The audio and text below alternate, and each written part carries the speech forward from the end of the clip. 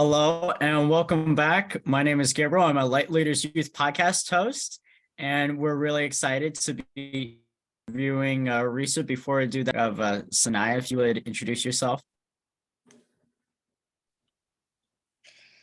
Hello, I'm Sanaya Benjamin. I'm working with the Light Group also. I will be the co-interviewer today.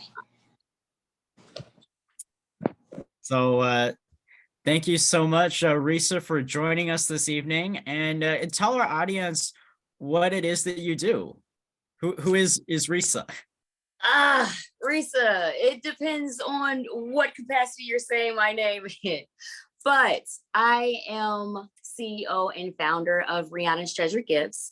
We are a 501c3 nonprofit organization, and we advocate for victims and survivors of domestic violence. We cover men, women, children, as well as all members of the LGBTQ community. That is very important that I say that because it resonates personally. Who else am I? I'm a mom. I'm definitely a survivor, an author, a mentor. I have a mentoring group called Breakthrough. I'm on my third cohort with that. I am a poet. I write poems when I'm supposed to be journaling. And that's pretty much me in a nutshell. I'm a substitute teacher too. So wow. That's a lot that you do. So you said a poet, mentor, author. Mm-hmm.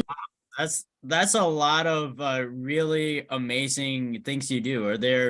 Is there a point in your journey where were they all at the same time, or have you had different parts of your journey where you've been an author or a mentor or a CEO or what's your journey look like? This is all happening at one time. And talking about it lets me know just how insane I am, because I'm trying to figure out how am I juggling between these different roles. But it's all like aligned, like perfectly. So it's not that big of a deal. I'm juggling all these roles now. What does my journey look like? Oh, it's so much, Gabriel. I want to change the world, like literally. So it's a lot. I can't even just name it and categorize it. It is so much that I have to do. That's part of my journey. Yeah, it seems like there's always a beginning, or has it always been where you're always been working on all these projects, or was there where you made the decision to start your journey of volunteering and service and leading? Where's the start of that journey, I guess? Okay, that's the trick question. The start of that journey, we'll say 2017, when I really put action behind my thoughts and my passion. In 2017, that was the end of my last abusive relationship. And the whole idea of creating the organization was actually my daughter's. She was 6 years old at the time. And while we were going through like counseling and therapy, she had this great idea of like, hey mom, we need to like reach more people, like help more people. And at that time I wasn't fully healed at that point, right? I was still trying to process, and I'm like, why are you worried about everybody else? We need to focus on ourselves. Like we need help. Like someone come help us. But she showed me through very small tiny eyes and such a big heart how helping yourself literally is helping the next person. And so we created this blueprint and then started off with the organization. Right off the organization, we started off with the mentoring group. Right off the mentoring group, I published my daughter's book. She's an author as well. She has an emotion code coloring book called It's Just Emotions. And I published it because she and I, we've survived so many different type of crises. And so in turn, she became more shy, withdrawn, like an introvert. And so our way of communicating was through drawing and through writing. So we did that for an entire summer. It helped our relationship tremendously. It really built on our communication skills. And then I'm like, the world needs to see this. So I published that one. I co-authored on another book. I'm writing one now, hopefully to release at the end of February. In terms of substitute teaching while I was going through school with building all these other things. I'm kind of smart, so my grades are really up there. My GPA is up there. I'm tutoring my peers in the same classes that we're in. And then I'm like, you know what, let me just get a certificate. Let me be a sub. Okay, now I can be a sub and I can be a para. So things were just building upon each other and they're just connecting. And that's how y'all got started. Wow, that seems like quite a journey, especially from seems like from crisis. There's always something always beautiful comes from it, even though it's very terrible. But there's Mhm. always I feel like you always come out of that stronger as a person. Can Absolutely. you speak a little bit more about your experience having your daughter? You said your daughter was 6? She was 6 at the time. She's 11 now. Yes. She's gonna be 12 this Okay. year. Wow. So Mhm. what was that like being having your daughter and working through all the the issue with the abuse and all that kind of stuff in your while being a parent? How was that? Every emotion you could think of, literally, while going through it, I was terrified, absolutely terrified. And I'm the type of parent that's like, I don't care what happens to me. I don't care what you do to me, but don't touch my child, you know? And so in case that happened, what that looked like, I knew would be something scary. So afterwards, going through this healing process, I felt so guilty. I felt like it was my fault. I felt like I scarred my child, that she's never going to be okay. She's just doomed, and it's my fault. And what I learned through this healing journey is by having her so close to me and by being so open and sharing with her what's actually happening and expressing the process of things, it helped us grow closer, but more so help her kind of understand what was happening in her life, so that I'm trying to avoid the aces. That's my very intent. So she won't have to sit here and she's older and it's like, okay, well, when I was younger, she used to have unresolved issues, unresolved trauma. I'm trying to avoid that. And I think I'm doing pretty good for the most part. So I Yeah. feel okay. That's that's awesome. I think it's really amazing to see, where you were, 5 years ago, 6 years ago, and then, where you are today, and especially with your daughter. I mean, having co-authoring a book is something amazing, and or I mean, that's not something a lot of people are able to do, and before 12. That's amazing. Hmm. Thank you. Well, tell us more about some of the mentors and role models that were in your life. Even during your crisis, were there people who checked in on you and try to make sure you were okay, or how was that? To answer that is going to sound kind of weird, but the people that I leaned on in terms of that gave me like this internal awakening, this boost that kept me going, were actually my abusers. If it was anyone else outside of that, I wouldn't know. I was very isolated. I did not have contact with other people. It was just me. Before my daughter came along, it was just me. So my history with relationships, all of my relationships have been abusive. And I'm pretty sure, I wouldn't doubt it, but I'm pretty sure I've had maybe a close friend or family member or two that maybe noticed what was going on, noticed that I've been withdrawing, and maybe attempted to reach out. To this day, I have no idea. I didn't have control over my phone or who I talked to, where I went, or anything like that. So the reason why I say my abusers is because in order to hate something, you have to love it first, right? And then on top of that, you don't destroy something that's already nothing. Otherwise, it doesn't make sense. So I kind of psych myself out in a way like, okay, I know I'm worthy enough to be alive. I know I'm worthy enough that I'm somebody, but it still didn't click. I still wasn't at that part where I'm like, okay, I'm worthy enough to walk away from my abuser. So it was kind of tricky. It was kind of tricky.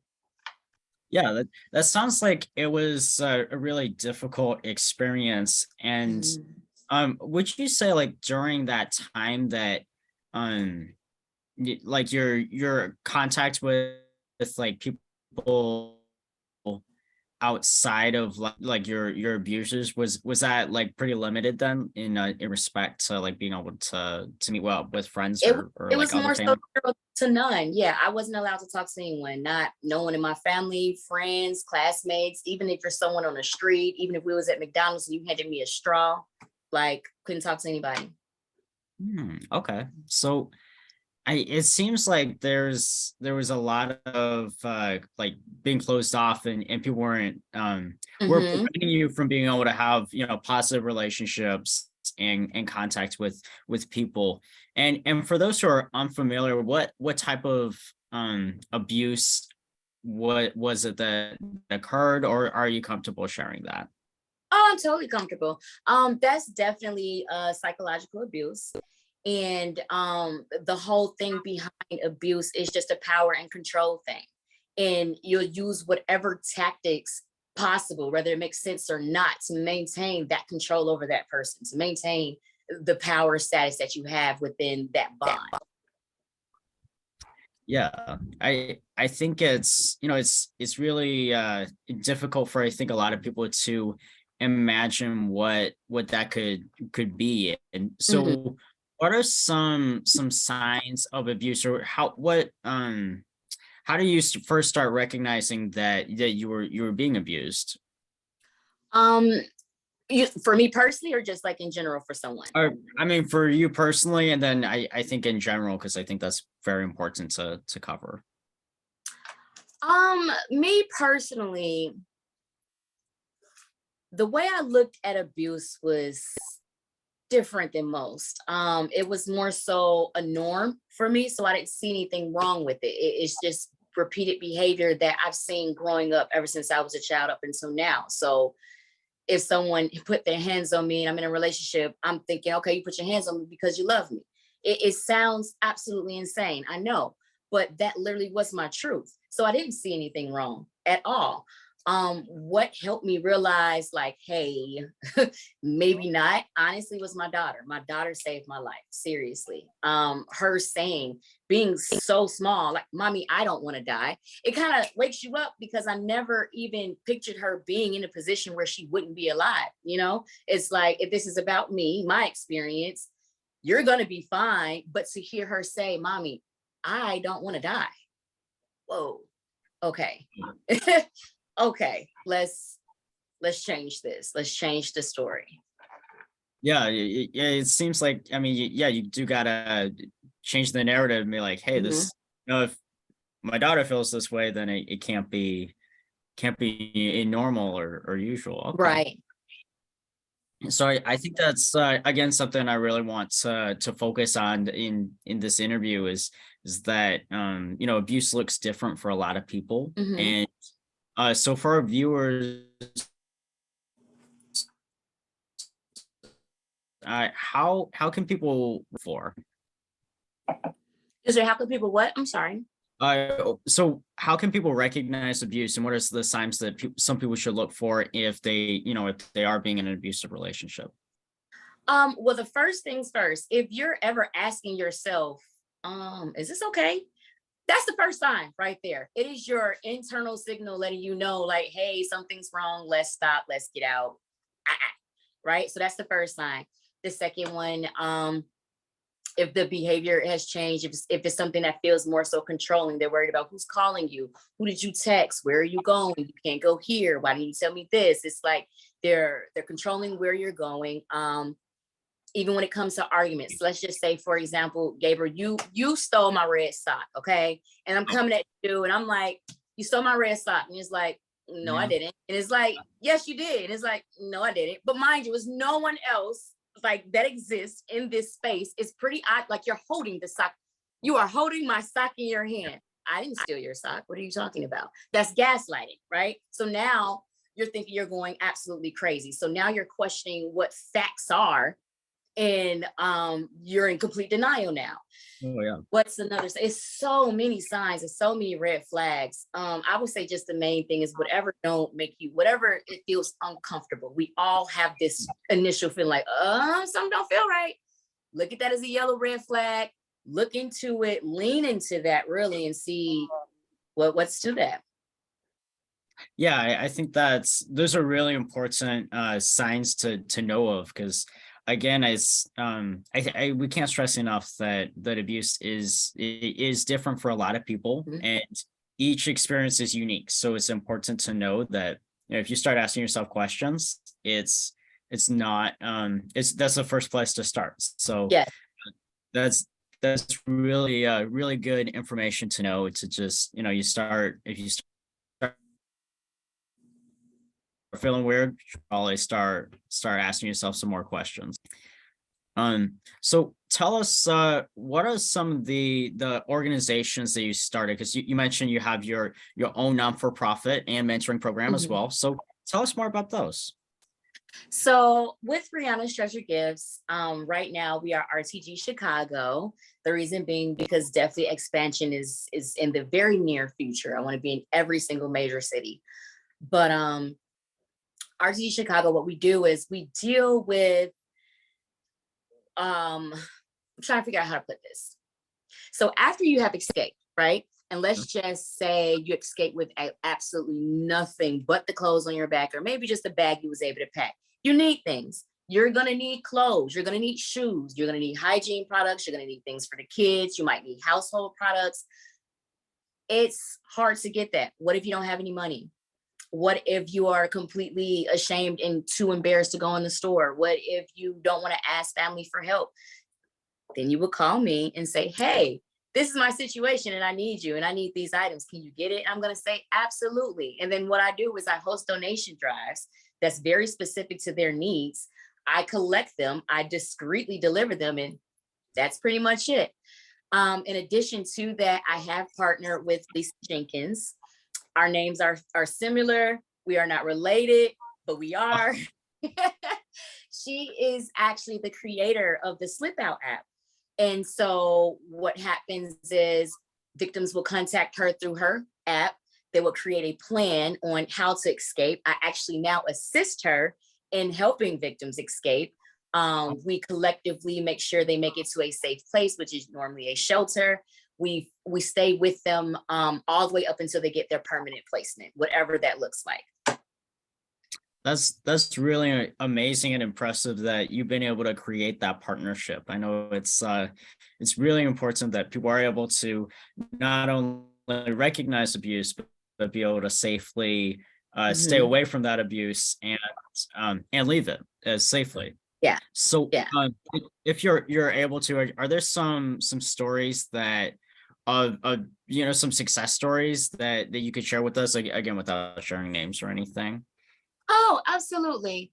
Um, there was a particular client that we had, and when right before you make up your mind that you're going to leave, that you're ready to leave, it's a lot of convincing that you do with self. It's a lot of back and forth. It's a lot.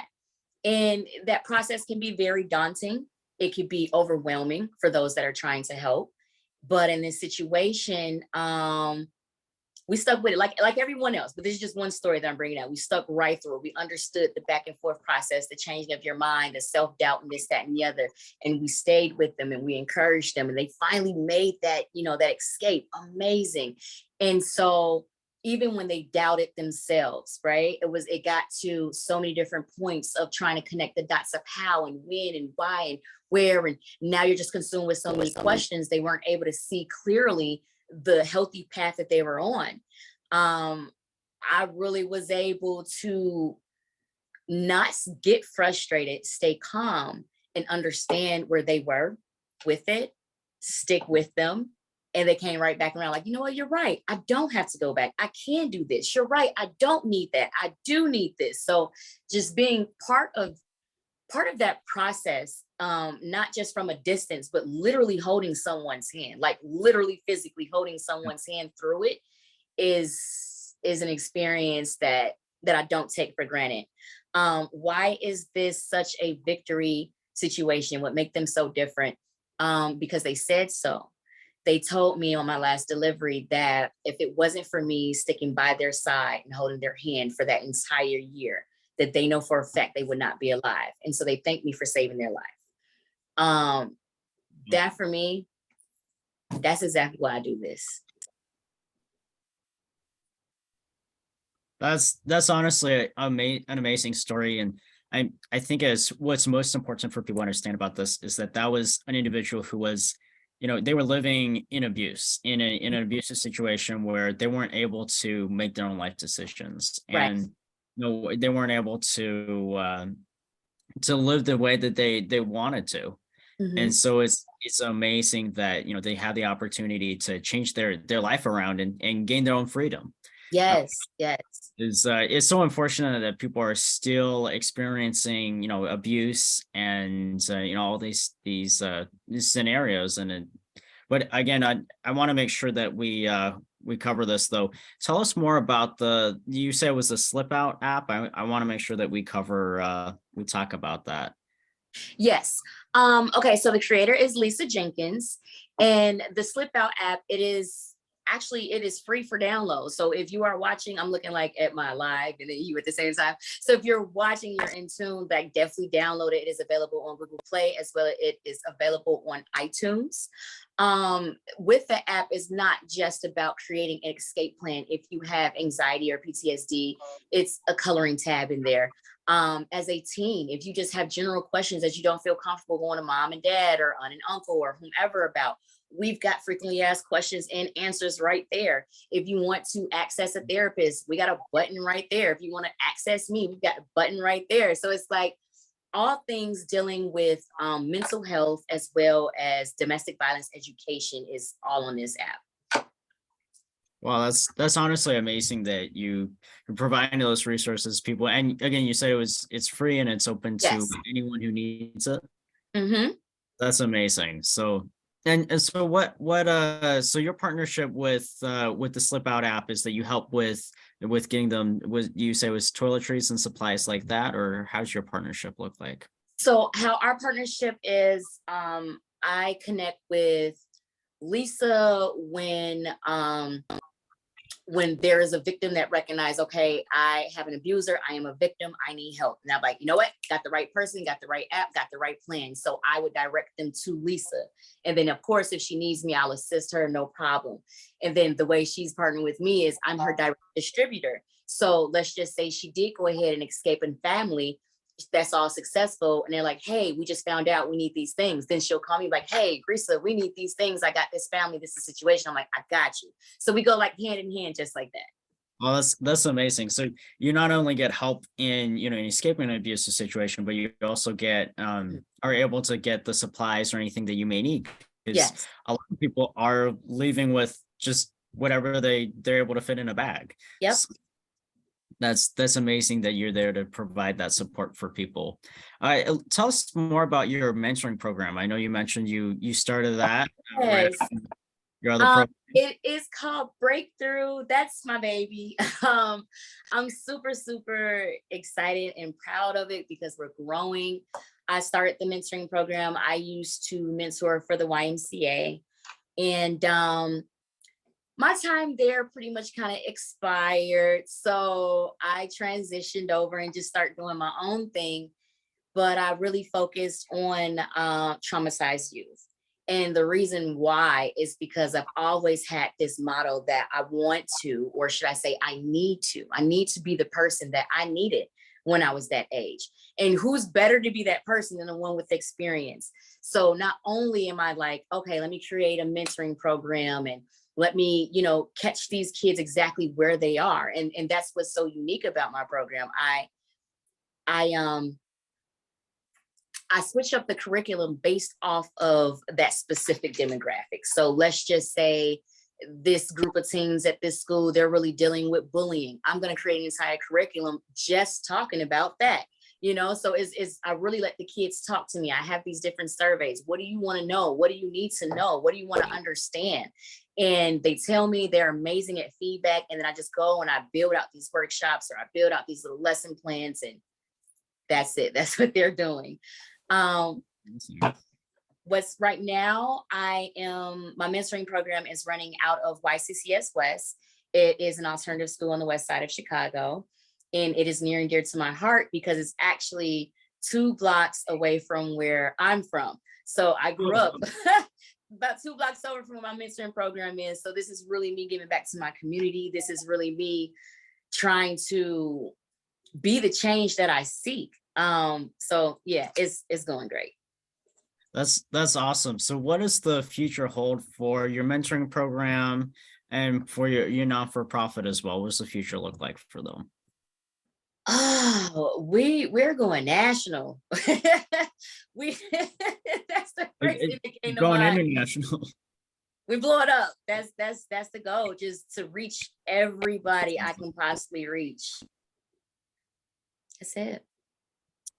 That's amazing. I think it's we're so excited to see, where you both your organizations go. And tell us more about the book. You said you're writing a book right now. Is that yeah, tell us more about that. I know we're all dying to know what's the book about.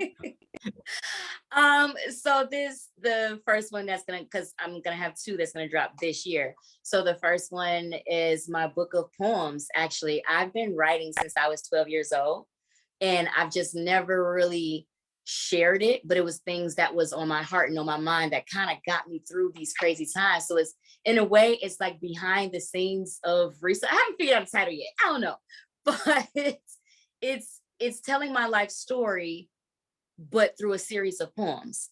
That's my first book. And then my second one is my life after I had my baby. Wow. So is that like an autobiography? Is that or kind of like that? Ish. Yeah, a little bit. That's amazing though. So we're so excited to hear about that in 2 books and in 1 year. That's amazing. So yeah, again, tell us more about what we can expect for you in the future. Are there any projects you're working on right now that you're The projects I'm working on, I cannot speak on at the moment, but please, if you are following RTG Chicago on all social media, you will find out, I promise. Yeah, so that's that as far as projects. Tipping my lip. What else did you ask? Oh yeah, we were asking about the projects or yeah, again for you, like in the future, are there any things that that you're able to share, I guess? That I am able to share. It's gonna be an amazing year. I think we're all excited to see all your projects and yeah, make sure where can people find you? You said it was RTG Chicago. RTG Chicago, yes, that is on all social media platforms. It's on Instagram, it's on Twitter, it's on, I'm looking at my daughter because she helps me set up my social media. We're on TikTok. Oh my God, we're on TikTok. Oh, you're on TikTok? I am. Okay, what did I say? Twitter, TikTok, Snapchat, Facebook, Instagram, LinkedIn. Okay, that's 6. And Wow, they're all at RTG Chicago. so it's RTG Chicago. Yes. That's great. So we'll make sure to include that in the description for the video. So if you're watching this, make sure you check out RTG Chicago on all social media platforms, because again, this is really important and your message is very important to anyone who is experiencing abuse right now or has been in an abusive situation before. So thank you again for sharing that with us. What advice would you have to somebody who maybe are starting asking themselves, if what they're experiencing is normal? What advice would you have for them? I would say, since, if you're at this point where you are asking these questions, amazing. First of all, give yourself a huge hand, right? We have to learn how to celebrate the small things, because the small things are actually huge. That's first. Second, find someone to talk to, whether that is a counselor, an advisor, a therapist, an advocate. Find someone to talk to, because what you're experiencing 9 times out of 10, or should I say 10 times out of 10, you're not the only one going through it. You're not the only one who have experienced it. So the only way to get the proper help and understanding of what's going on is talking about it. And I know that's scary.